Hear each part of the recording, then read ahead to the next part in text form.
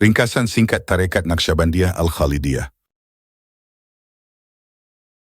Tarekat ini berhulu pada diri Nabi Muhammad SAW, yang kemudian mengalir kepada Sayyidina Abu Bakar As-Siddiq radhiyallahu anhu, sahabat kesayangan Nabi Muhammad SAW, dan khalifahnya yang pertama, yang telah menerima ilmu istimewa seperti diterangkan Nabi Muhammad SAW sendiri.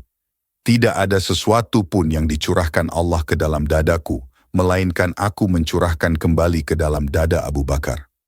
Pola hidup bersahaja yang ditampilkan Sayyidina Abu Bakar ditiru para sufi pada periode selanjutnya. Menurut riwayat, Sayyidina Abu Bakar pernah hidup dengan sehelai kain saja. Beliau pernah memegang lidahnya sendiri, seraya berkata, "Lidah inilah yang senantiasa mengancamku." Kemudian, untuk menjaga dari berkata-kata yang tidak bermanfaat, Sayyidina Abu Bakar lazim mengulum batu kerikil. Kedermawanan Sayyidina Abu Bakar As-Siddiq juga tak terukur nilainya. Misalnya pada Perang Tabuk, Rasulullah SAW meminta kepada kaum muslim agar mengorbankan hartanya. Maka datanglah Sayyidina Abu Bakar As-Siddiq membawa hartanya dan diletakkannya di antara dua tangan Rasulullah SAW, seraya Rasulullah SAW berkata kepadanya, "Apalagi yang engkau tinggalkan bagi anak-anakmu, wahai Abu Bakar?" Jawabnya sambil tertawa, "Saya tinggalkan bagi mereka Allah dan Rasul-Nya." Sikap kedermawanan Sayyidina Abu Bakar As-Siddiq ini merupakan kerelaan berkorban di jalan Allah. Beliau hanya menyandarkan diri kepada Allah dan Rasul-Nya, dan hal ini merupakan sikap kepasrahan yang tinggi yang kemudian dijadikan sebagai teladan bagi para sufi. Di mata para sufi, sikap-sikap Sayyidina Abu Bakar As-Siddiq seperti itu merefleksikan ahwal, keadaan, yang selalu disandarkan kepada Allah semata. Inilah yang oleh kaum sufi dianggap sebagai benih-benih akhlak para sufi. Oleh sebab itu, kendati pun di abad pertama Hijriah, orang Islam belum mengenal istilah tasawuf, tetapi benih-benihnya sudah tampak, seperti pada diri Sayyidina Abu Bakar As-Siddiq. Dan pada masa itu banyak sekali ditemui perilaku atau sifat-sifat yang dimiliki Rasulullah SAW dan sahabat-sahabatnya yang mencirikan pengajaran dan amalan ilmu tasawuf.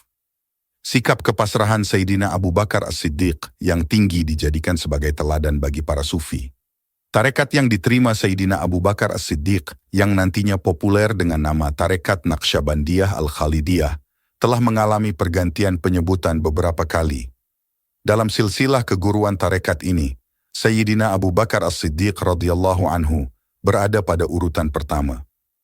Periode antara Sayyidina Abu Bakar As-Siddiq sampai Sayyidi Syaikh Abu Yazid Al-Bistami, yang nama aslinya Taifur ibn Isa ibn Surushan Al-Bistami, dan berada pada urutan kelima dinamakan Shiddiqiyah.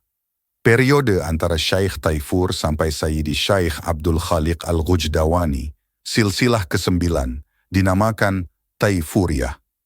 Periode antara Khawajah Abdul Khaliq Al-Ghujdawani, yang lahir di daerah Uzbekistan itu, sampai Sayyidi Syaikh Bahauddin Naqsyabandi, silsilah ke-15, dinamakan Khawajah Kaniyah.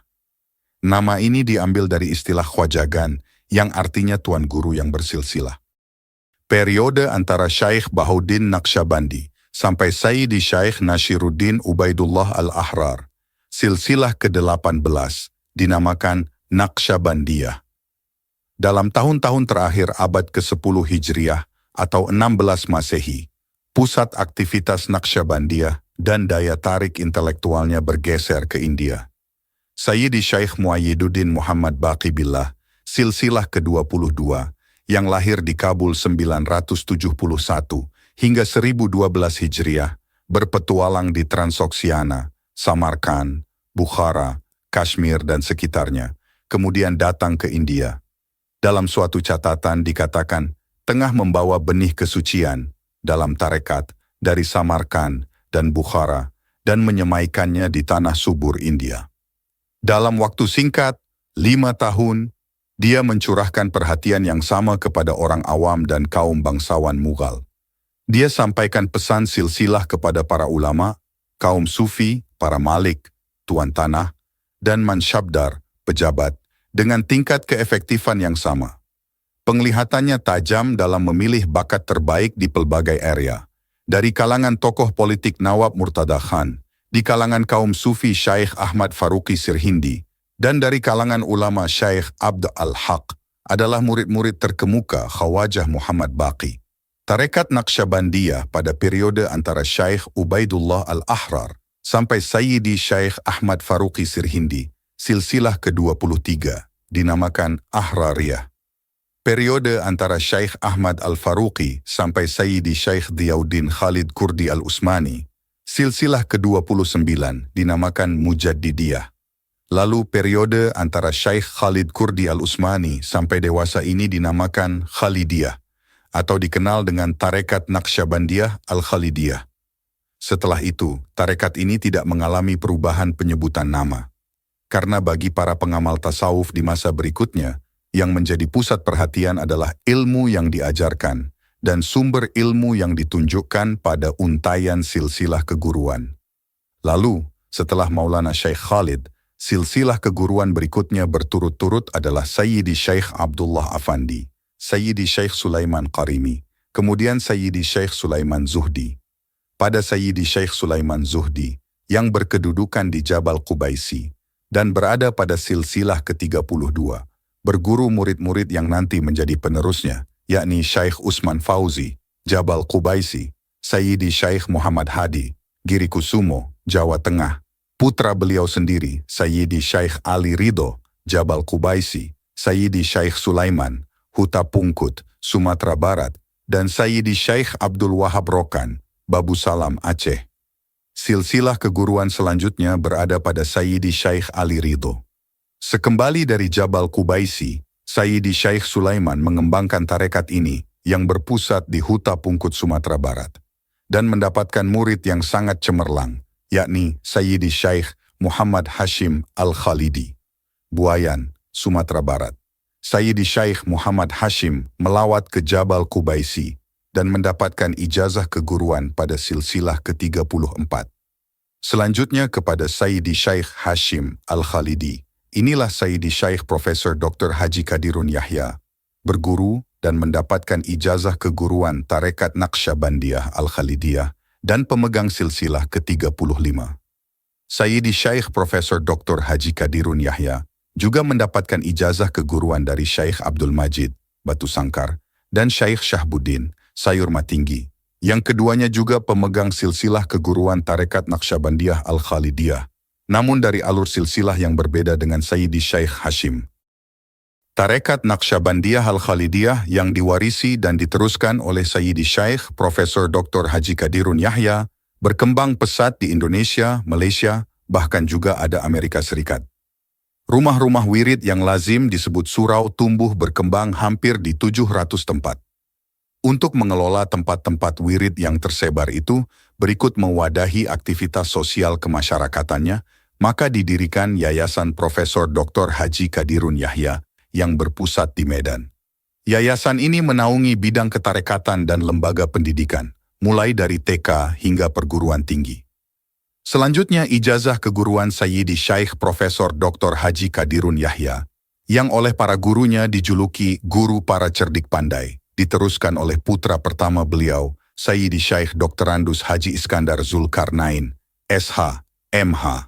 Kemudian ijazah keguruan tersebut sampai pada putra kedua, Sayyidi Syekh Haji Abdul Khalik Fajduani, SH. Semenjak itu, nama tarekat dari jalur silsilah ini lazim disebut Tarekat Naqsyabandiyah Al-Khalidiyah dalam naungan Yayasan Profesor Dr. Haji Qadirun Yahya. Setelah Sayyidi Syekh Haji Abdul Khalik Fajduani, SH berpulang, kemursyidan saat ini diteruskan oleh putra terakhir Sayyidi Syekh Profesor Dr. Haji Qadirun Yahya, yakni Sayyidi Syekh Dr. Andus Haji Ahmad Farki. Selain sebagai guru mursyid dan pembina pada surau-surau yang bernaung dalam Yayasan Profesor Dr. Haji Qadirun Yahya, beliau juga sebagai guru mursyid pada jajaran surau-surau Baitul yang tersebar di seluruh Indonesia dan di mancanegara. Menurut uraian K.A. Nizami dalam Ensiklopedi Tematis Spiritualitas Islam Manifestasi 2003, editor Sayyid Hossein Nasr, Sepanjang sejarahnya, Tarekat Naqsyabandiyah memiliki dua karakteristik menonjol yang menentukan peranan dan pengaruhnya. Poin pertama, ketaatan yang ketat dan kuat pada hukum Islam, syariat, dan sunnah Nabi. Dan poin kedua, upaya tekun untuk mempengaruhi kehidupan dan pemikiran golongan penguasa, serta mendekatkan negara pada agama. Tidak seperti tarekat-tarekat sufi lainnya, lanjut Nizami, Tarekat Naqsyabandiyah tidak menganut kebijaksanaan isolasi diri dalam menghadapi pemerintahan yang tengah berkuasa saat itu. Sebaliknya, ia gigih melancarkan ikhtiar dengan pelbagai kekuatan politik agar dapat mengubah pandangan mereka.